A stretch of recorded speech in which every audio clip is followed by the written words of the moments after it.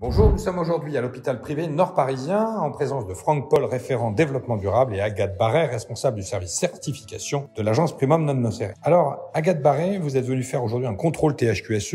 Le score ici est très élevé. C'est plus simple ou plus facile qu'ailleurs? Eh bien, finalement, contre toute attente, c'est plus compliqué parce que le score initial étant déjà très élevé, il faut réussir d'une part à se maintenir, mais en plus être dans l'amélioration continue, chose qui est très bien réalisée ici sur l'HPNP. Alors, sont-ils en amélioration continue? Vous avez repéré un axe d'amélioration? Il y a toujours quelques axes d'amélioration, effectivement, mais par contre, on est sur une démarche d'amélioration continue qui est très perceptible ici. Des non-conformités? Même pas. Franck Paul, vous avez mis en place des actions très particulières cette année sur la revalorisation des matières résiduelles, le cœur de l'économie circulaire. Avez-vous des exemples à nous citer? Oui. Mais d'abord, un grand merci déjà à l'équipe.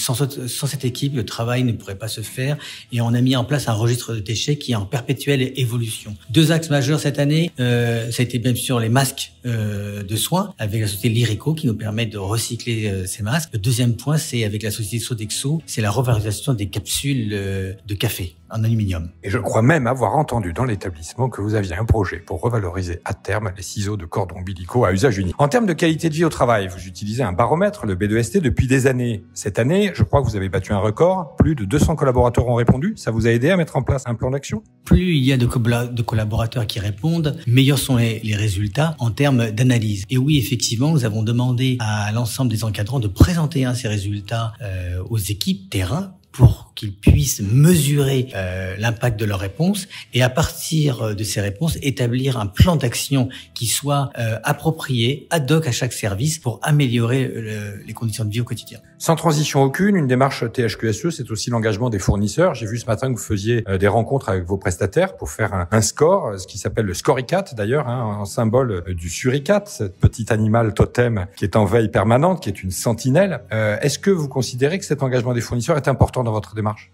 Plus que jamais. L'implication des prestataires aujourd'hui rentre complètement dans notre démarche de développement durable qui a débuté maintenant plusieurs années puisqu'elle a débuté en 2009. Aujourd'hui, ces prestataires de plus en plus prennent conscience de l'intérêt que nous avions émis au départ et s'embarquent dans la même aventure que nous. Certains sont très vertueux. Agathe Barret, un dernier mot sur l'engagement de ses fournisseurs. Ça vous paraît important dans cette démarche THQSE? Tout à fait. On sait très bien que les achats sont la clé de voûte d'une bonne démarche de développement durable, de responsabilité sociétale et de santé environnementale dans un établissement. Donc, aller jusqu'à engager ses fournisseurs, c'est essaimer ses bonnes pratiques au-delà de son propre établissement. Et c'est quelque chose qui, je pense, est très beau dans une démarche de labellisation. Superbe. Difficile de rajouter quelque chose. En revanche, si, quand même, cerise sur le gâteau. Patricia, vous êtes stagiaire ici. Vous avez découvert cette entreprise au travers du label THQSE. Vous avez beaucoup travaillé dessus. Vous qui venez de l'extérieur, en un mot, qu'est-ce que ça vous inspire, une telle démarche dans un hôpital en France? Alors, il faut savoir que je suis ici, je travaille pendant 5 semaines à leur côté, à l'équipe DD. Et ça me permet de voir une autre vision de l'hôpital, puisque, en effet, quand on vient dans un hôpital, on voit juste l'aspect soins. On y va, on fait un soin, on fait une radio, etc. Mais on voit pas tout ce que l'hôpital fait pour amener à bien la santé et des patients et au confort, etc.